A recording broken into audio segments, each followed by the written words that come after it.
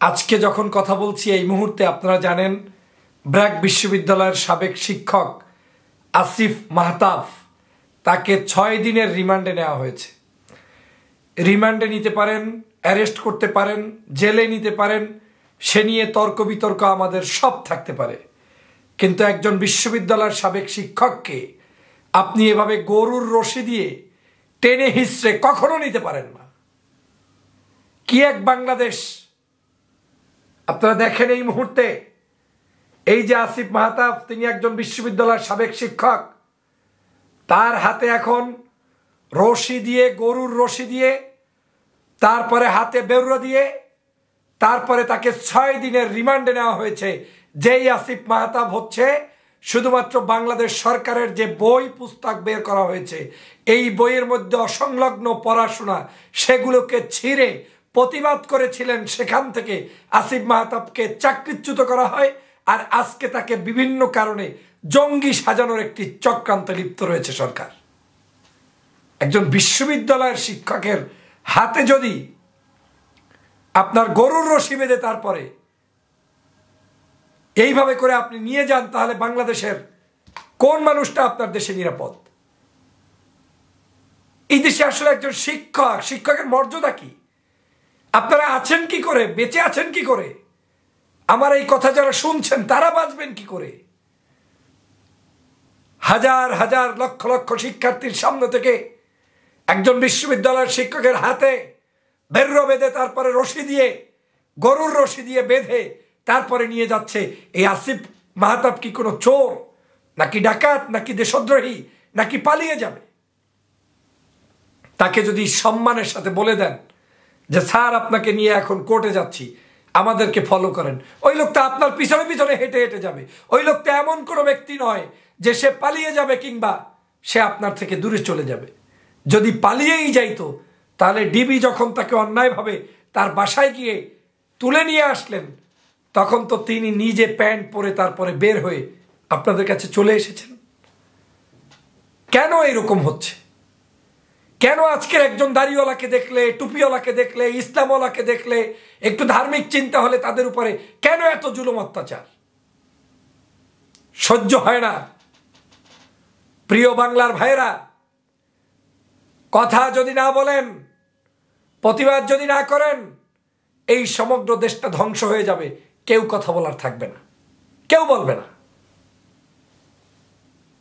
এই লোক সর্বপ্রথম বাংলাদেশের মানুষের কাছে বই ছিঁড়ে প্রতিবাদ করে বলেছিলেন যে আমি এই বই এজন্যই ছিঁড়লাম যে বই ছিঁড়ে তারপরে প্রতিবাদ করতে হবে, কারণ এটা সমগ্র বাংলাদেশের মানুষকে জানিয়ে দিতে হবে। আর ডক্টর জাফর ইকবাল, যারা ঢাকা বিশ্ববিদ্যালয়ে যেতে চায় না, রাজাকার চোখের সামনে পড়বে বলে, সেই চোরের ঘরের চোরেরা, ডাকাতের ঘরের ডাকাতরা, তারা যখন বাংলাদেশের বইয়ের মধ্যে চুরি করে লেখালেখি করেছে, যখন ইতিহাসকে বিক্রি করেছে, যখন মানুষকে বানর বানিয়ে দিয়েছে, 4 জন ডক্টর মিলে একটা সুন্দরভাবে ভালোভাবে একটা বই লিখতে পারে না, তারা আজকের বাংলাদেশের বুদ্ধিজীবী বনে চলে গিয়েছেন।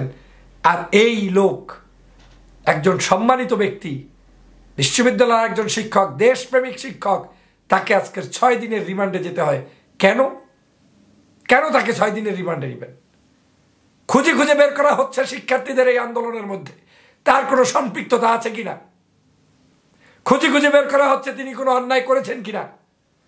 বাংলাদেশের এই চোর ডাকাতদের বর্তমানে এই অবস্থার মধ্যে কোনোভাবে আজকের শিক্ষিত মানুষের কোনো মূল্য নেই।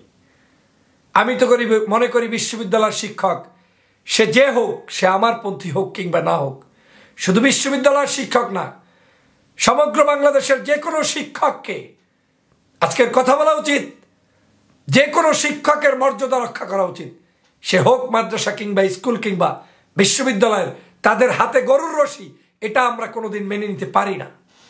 যতক্ষণ পর্যন্ত আপনি নিশ্চিত নয় যে ওই লোকটি এমন কোনো বড় অপরাধ করেছে যেটার কারণে সে পালিয়ে যেতে পারে, ততক্ষণ পর্যন্ত আপনি এটা করা, এবং শিক্ষকের ক্ষেত্রে এটা তো কোনোদিন দরকারই নাই।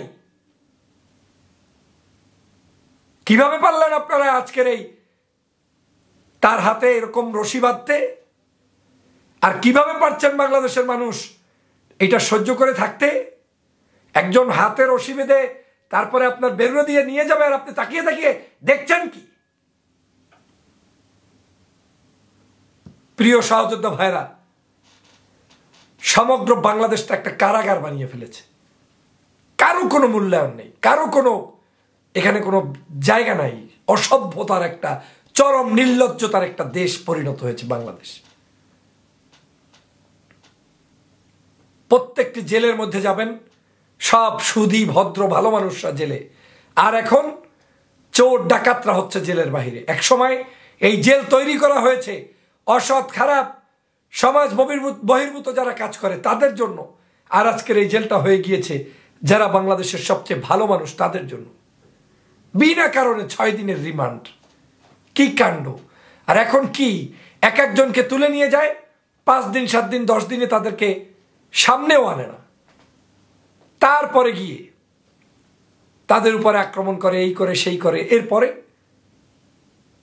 কেউ যদি প্রতিবাদ করেন, মনে চাইলে তারা সামনে নিয়ে আসে, না হয় আনে না। অনেককে গুম করে, খুন করে, আয়নাঘরে রেখে দেয়।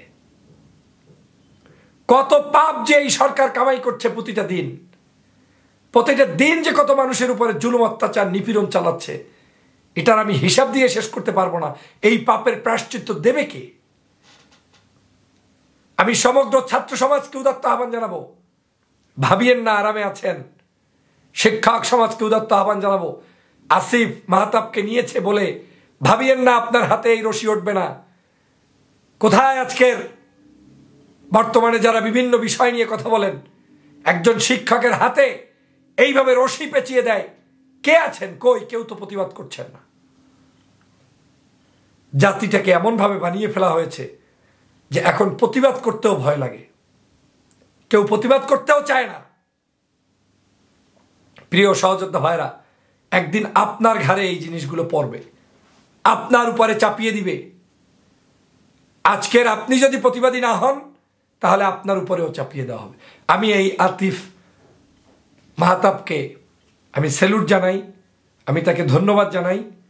আজকের এই ব্র্যাক বিশ্ববিদ্যালয়ের সাবেক শিক্ষক আসিফ মাহতাবের সুস্বাস্থ্য কামনা করি। তিনি অত্যন্ত অসুস্থ। আমি তার উপরে এই জুলুম নির্যাতনের তীব্র নিন্দা জানাই। তবে আসিফ মাহতাবের প্রতি আমার সালাম, স্যালুট, এবং তার মতো শিক্ষক বাংলাদেশের প্রত্যেকটি ঘরে ঘরে তৈরি হোক, সেটাই আমার প্রত্যাশা। আমি চাই এই রকম শিক্ষকরাই বাংলাদেশের প্রত্যেকটি জায়গায় দেশপ্রেমিক নাগরিক তৈরি করবে। আসিফ মাহতাবের উপরে কোনো কিছু হলে সব দায় দায়িত্ব সরকারকে নিতে হবে।